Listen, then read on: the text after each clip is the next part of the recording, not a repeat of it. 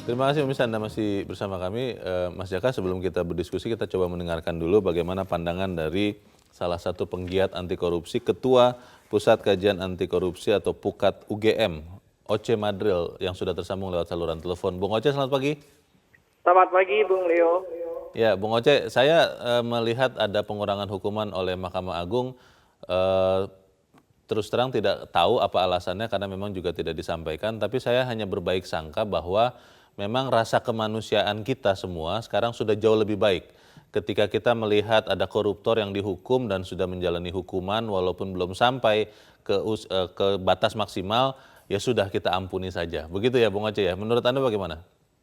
Wah, ini satir sekali ya, sindiran terhadap hukuman koruptor yang mestinya jauh lebih berat sebenarnya.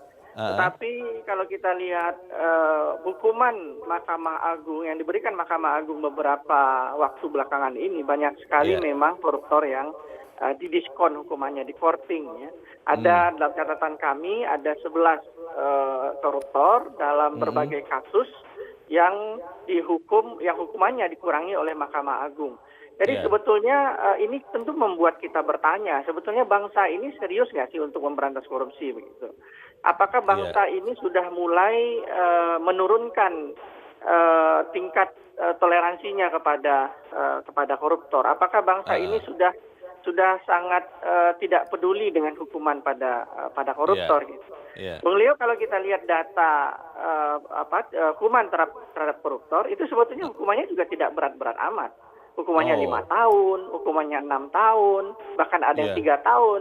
Kemudian sayangnya sampai di Mahkamah Agung dipotong lagi begitu, di courting lagi kalau kasus Idrus Marham dari 5 tahun menjadi 2 tahun. Artinya 60% itu hukumannya di courting gitu. Jadi kalau diskon akhir tahun ini 60% diskonnya. Dari 5 tahun menjadi 2 tahun. Ini kan tinggi sekali ya sebetulnya ya. Jadi kita tidak tahu apa alasan objektif ini diberikan oleh Mahkamah Agung. Kalau menurut saya dalam kasus-kasus korupsi mestinya ada sensitivitas bagi para hakim untuk memberikan hukuman yang lebih tinggi, apalagi kasus-kasus yang melibatkan para politisi misalnya atau kasus-kasus korupsi politik. Karena dampaknya jangka panjang begitu. Baik, Bung Oce, kan kita selalu memegang adagium bahwa hakim itu adalah wakil Tuhan untuk memutuskan perkara di bumi ini. Nah, ketika sudah putus, ini kan kita tidak bisa apa-apa. Atau sebenarnya kita bisa apa-apa dengan putusan MA ini? Iya, sayangnya ini terjadi di level pengadilan tertinggi di Republik ini ya, di Mahkamah Agung. Dan putusan Mahkamah Agung itu putusan yang paling tinggi tentunya ya, putusan kasasi, putusan ingkrah, sehingga memang menjadi jauh lebih sulit bagi para penegak hukum, bagi kita untuk mencari usaha atau upaya hukum lain untuk mengoreksi putusan ini. Karena jangan-jangan nanti kalau dilakukan upaya hukum lagi, jangan-jangan courtingnya makin tinggi begitu, makin besar courtingnya. Gitu. Ternyata hakim ini salah hitung hukumannya gitu, di courting lagi. Gitu. Jadi memang ya menurut saya wajar kalau kemudian publik memberikan kritik keras kepada pengadilan, kepada para hakim, termasuk juga meragukan putusan-putusan yang seperti ini. Ini sebetulnya ada apa dengan courting hukuman yang seperti ini? Baik. Nanti biar hakim-hakim pada kesempatan yang berbeda menjawabnya. Bung Oce Madril, terima kasih sudah mencerahkan kami pagi ini. Terima kasih. Nah itu dia Mas Jaka, kan kita tidak bisa mengapa-apakan putusan hakim, apalagi ini adalah Mahkamah Agung yang sudah tertinggi. Terus kita ngapain di sini bicara ini nih? Ya paling tidak kita mengingatkan ya bahwa yang dilakukan oleh MA itu betul-betul mengusik atau mencederai rasa keadilan publik ya. Kita juga jadi betul tadi kata Bung Oce itu. Jadi sebenarnya serius nggak sih bangsa ini untuk memberantas korupsi? Sebagian mungkin serius, sebagian. Sebagian saya yakin kalau rakyat sangat serius ingin bahwa korupsi agar segera bisa kita perangi dengan secara lebih baik. Tetapi kalau kita lihat apa yang dilakukan oleh legislatif, eksekutif, yudikatif, kok kayaknya soal keseriusan itu patut kita pertanyakan ya. Kita kan mereka beberapa kali atau sering kali menyebut bahwa korupsi itu sebagai salah satu kejahatan luar biasa. Tetapi penanganannya termasuk dengan apa yang dilakukan oleh MA ini ya sebenarnya penanganannya sangat sangat biasa, bahkan di bawah standar biasa. Bagaimana mungkin kita bisa memenangkan perang melawan korupsi ketika hukuman yang diberikan kepada para koruptor selalu atau sering dipotong, sering mendapat diskon yang luar biasa besar seperti tadi Idrus Marham dari 5 tahun menjadi 2 tahun, artinya lebih dari 60%. Kemudian sebelumnya juga ada Frederick Siahaan, mantan direktur keuangan Pertamina dari 8 tahun bahkan bebas. Ada juga panitera pengganti Pengadilan Negeri Jaksel Tarmizi dari 4 menjadi 3. Paling tidak untuk 2019 saja sedikitnya ada 7 koruptor yang sukses mendapatkan pengurangan hukuman, termasuk ada dari Sanusi, Patrialis Akbar, dan yang mungkin agak mau dilupakan adalah kasus Tamin Soekardi, seorang pengusaha, dia dari 8 menjadi 5 tahun. Padahal dia merugikan negara 132 miliar. Itu terbukti ya? Terbukti. Padahal di pengadilan pertama dia juga terbukti menyuap hakim Mary Purba. Bagaimana mungkin orang yang sudah melakukan kesalahan bertumpuk-tumpuk dan terbukti pengadilan tingkat pertama dan kedua, tetapi masih mendapatkan diskon yang begitu besar. Jadi kita juga akal sehat kita dalam memberantas korupsi kita jadi bertanya-tanya, benar nggak kita itu serius ingin memberantas korupsi? Gitu. Atau jangan-jangan memang yang paling akurat, paling memahami masalah hukuman koruptor ini justru hakim-hakim di Mahkamah Agung, sehingga kalau seperti ini kan rakyat bisa berpikir bahwa berarti di hakim-hakim di pengadilan negeri, hakim-hakim di pengadilan tinggi, ini kurang cakap ini memahami masalah, menjatuhkan hukuman, salah berhitung sehingga kemudian akhirnya harus didiskon oleh hakim Mahkamah Agung. Ya, saya pikir diskon hukuman berarti kan tidak mengatakan bahwa apa yang dilakukan pengadilan tingkat pertama dan kedua itu kan salah. Artinya bahwa mereka terbukti melakukan kesalahan itu ada, pelanggaran korupsi. Apapun mungkin pasal-pasal, jadi betul kata Bung Oce, kalau mereka sudah terbukti melakukan korupsi, ketika kita betul-betul menggalakkan peramalan korupsi, ya harusnya lebih berat, jangan sampai dikurangin, atau paling tidak sama dengan yang dilakukan oleh pengadilan sebelumnya. Kalau sampai dipotong hukuman lagi sampai 60% ya kita tidak habis pikir ya apa sebenarnya alasan yang mereka gunakan. Kalau kayak si Tamin Soekardi misalnya katanya alasan kemanusiaan karena sudah tua, sudah sakit-sakitan, sama dengan alasan yang dikemukakan oleh Presiden Jokowi terhadap Anas Makmun karena sudah tua dengan dia memberikan gerasi.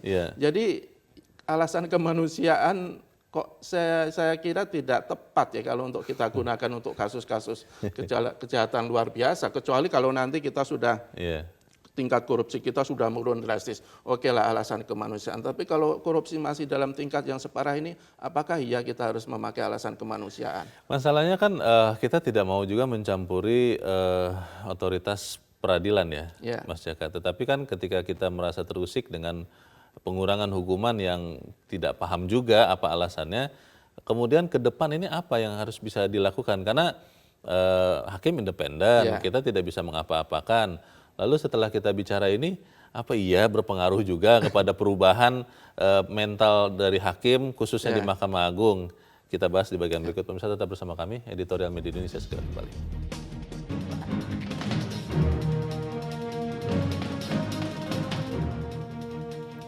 Terima kasih pemirsa Anda masih bersama kami. Mas Jaka, kita coba dengarkan dulu ya pendapat dari masyarakat bagaimana melihat diskon hukuman bagi koruptor ini. Kita sudah terhubung dengan Pak Ihwan di Jember, Jawa Timur. Pak Ihwan, selamat pagi Pak. Selamat pagi Bang Leo, Kang Jaka. Selamat pagi Pak Ihwan. Bagaimana Pak Ihwan? Iya, kalau semua sudah tahu bahwa korupsi itu kejahatan kemanusiaan yang luar biasa, menghancurkan negara. Nah, yang jadi masalah sekarang, kalau Mahkamah Agung kemudian berbuat seperti itu, apa perlu ada kepres, ke presiden sebagai kepala negara, bukan kepala eksekutif, untuk membuat pengawas, dewan pengawas dan aturan penyadapan oleh presiden kepada Mahkamah Agung, begitu kan? Apa perlu gitu? Lalu berikutnya lagi, justru sistem politik, sistem hukum ketatanegaraan kita dan sistem ekonomi kita justru memicu timbulnya korupsi yang luar biasa.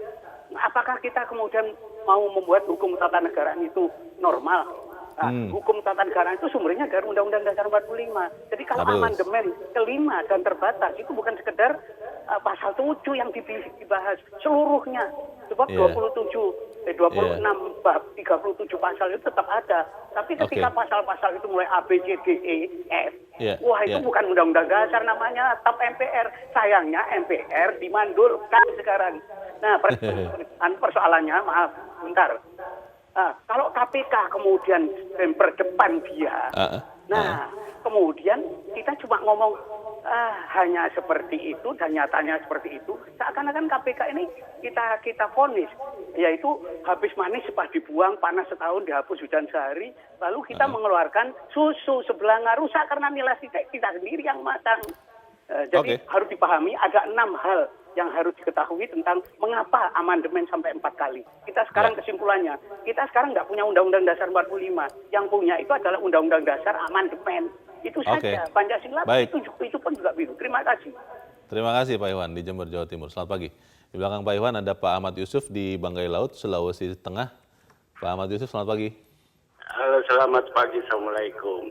Waalaikumsalam. Silakan Pak Ahmad Yusuf, pendapat Anda, Pak. Yang pertama saya ucapkan selamat untuk koruptor. Selamat untuk MA. Semua calon-calon koruptor di wilayah yang belum kesempatan, sekarang ada kesempatan karena MA sangat-sangat baik sekarang. Ayo mari rame-rame kita koruptor. Karena hukum sudah terbit, tidak berpihak lagi ke rakyat. Jadi saya kira yang masih ada pulang koruptorlah aman Indonesia ini.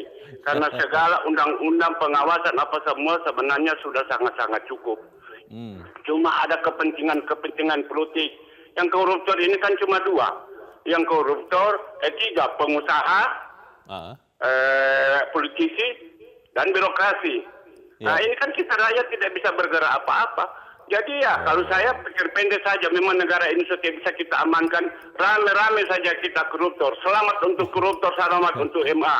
Assalamualaikum warahmatullahi wabarakatuh. Waalaikumsalam. Terima kasih Pak Ahmad Yusuf dari Banggai Laut, Sulawesi Tengah. Kelihatannya juga sudah mulai kehilangan kesabaran. Kita beralih ke Pak Bambang Saptono di Surakarta, Jawa Tengah. Pak Bambang, selamat pagi Pak. Ya, selamat pagi Metro TV, selamat pagi bangsa Indonesia. Selamat pagi Pak Bambang, silakan Pak.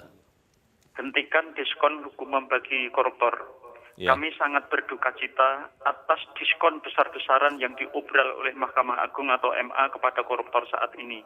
Yaitu terkait dengan vonis Majelis Hakim MA memotong atau meringankan hukuman bagi penjahat korupsi Idrus Marham, mantan Menteri Sosial Republik Indonesia. Yang lebih mengerikan, bahwa potongan hukum kaitannya dengan koruptor tersebut sebesar 3 tahun. Kemudian lebih ngerinya lagi Mas, bahwa Majelis Hakim MA sebelumnya justru malah memvonis bebas koruptor Fredrik Siahaan atau mantan Direktur Keuangan Pertamina, di mana sebelumnya juga divonis 8 tahun penjara dan denda 1 miliar. Nah begini, sekalipun keputusan tersebut merupakan hak dari Mahkamah Agung, namun putusan itu sangat melukai bangsa Indonesia. Karena apa Mas? Bahwa korupsi ini merupakan kejahatan luar biasa dan telah menjadi musuh bersama. Nah, vonis meringankan hukuman koruptor dan membebaskan hukuman bagi koruptor akan menjadi presiden buruk dalam penegakan atau dalam pemberantasan korupsi. Untuk memberikan efek jera atau efek menakutkan bagi koruptor, itu seharusnya hukuman seberat-beratnya dan denda sebesar-besarnya. Tapi ini justru berbalik. Nah, oleh karena itu Mas, dengan adanya tragedi MA obral diskon hukuman korupsi ini, maka kami mohon agar Menko Polhukam agar segera turun tangan. Terima kasih. Terima kasih Pak Bambang Saptono di Surakarta, Jawa Tengah. Selamat pagi Pak. Kita akan bahas pendapat para pemirsa selepas jeda. Mas Jaka dan Musa tetap bersama kami. Editorial Media Indonesia segera kembali.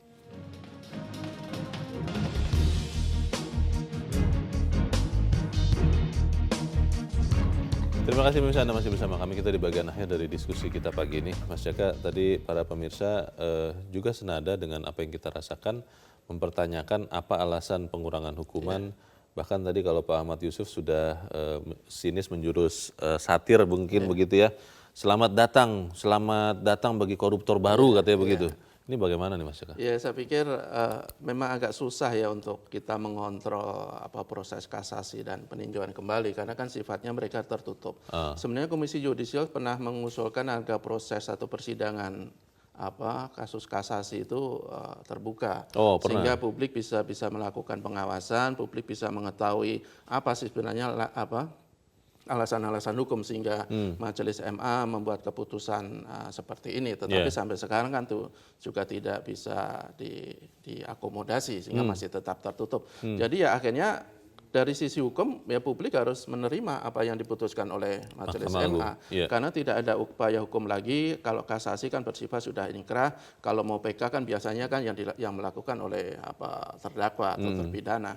Jadi ya betul tadi kata Mas Bambang dan beberapa penelpon tadi, sebenarnya kalau kita lihat sebenarnya korupsi itu hanya musuh bagi rakyat ya. Tapi oleh sebagian penyelenggara negara bukan musuh tapi teman. Sehingga apa yang dilakukan lebih bersifat kompromitis, masih berbaik hati. Padahal mereka sebenarnya juga sadar bahwa korupsi itu musuh bersama yang bisa menghancurkan masa depan bangsa kita. Kalau kita masih melihat proses penanganan korupsi seperti ini, saya pribadi kok kita sebenarnya masih ingin berharap ya, tetapi harapan kita itu pelan tapi pasti dibunuh oleh para sebagian penyelenggara negara. Tapi Mas Jaka di balik putusan MA yang memberikan pengurangan hukuman bahkan ada yang sampai bebas begitu, kira-kira apa ya? Apakah memang karena misalnya kelakuan baik dari koruptor begitu, kerjasama, atau jangan-jangan ada koruptor yang mengembalikan uang korupsinya begitu yang kemarin dihukum ternyata lebih rendah daripada yang dikorupsi, kemudian dia kembalikan tapi tidak dikasih tahu oleh MA, bisa begitu tidak? Ya saya pikir sebenarnya kalau saya lihat ada perubahan situasi ya di tubuh MA. Ada perbedaan luar biasa besar ketika masih ada Pak Artijo atau SAR, beliau bukan mengundurkan diri, beliau berhenti dari ini karena sudah pensiun pada awal atau akhir 2018. Ketika masih ada Artijo, para koruptor itu takut betul untuk mengajukan kasasi atau PK. Karena sering diperberat ya? Betul, karena dalam catatan kita itu paling tidak ada 12 koruptor yang hukumannya itu jauh diperberat oleh Artijo. Alih-alih mendapat keringanan hukuman tetapi malah diperberat. Tetapi sejak Pak Artijo itu pensiun, itu koruptor itu berlomba-lomba mengajukan kasasi dan PK. Data dari ICW paling tidak masih ada 21 koruptor yang mengajukan PK dan sekarang masih ditangani oleh Mahkamah Agung. Ini perlu kita cermati karena kita khawatir selain nanti lewat kasasi, obral diskon itu juga dilakukan lewat PK. Tapi celakanya sekali lagi kita tidak bisa mengawasi secara langsung karena prosesnya itu tertutup. Jadi kita paling tidak cuma bisa sekedar menghimbau kepada para majelis hakim MA untuk mengetuk hati mereka agar mereka betul-betul sadar bahwa korupsi itu adalah musuh kita bersama, musuh yang bisa menghancurkan masa depan bangsa kita, ya harus diatasi dengan upaya hukum yang luar biasa. Jangan sekali-sekali lagi melakukan diskon hukuman karena itu justru akan menyuburkan korupsi dan akan mendorong atau paling tidak membuat calon-calon koruptor itu tidak ada rasa takut untuk melakukan korupsi. Baik, kita harapkan ini berguna juga dan didengarkan juga oleh Lembaga Peradilan. Mas Jaka, terima kasih sudah hadir di sini. Selamat pagi, Mas. Sama-sama.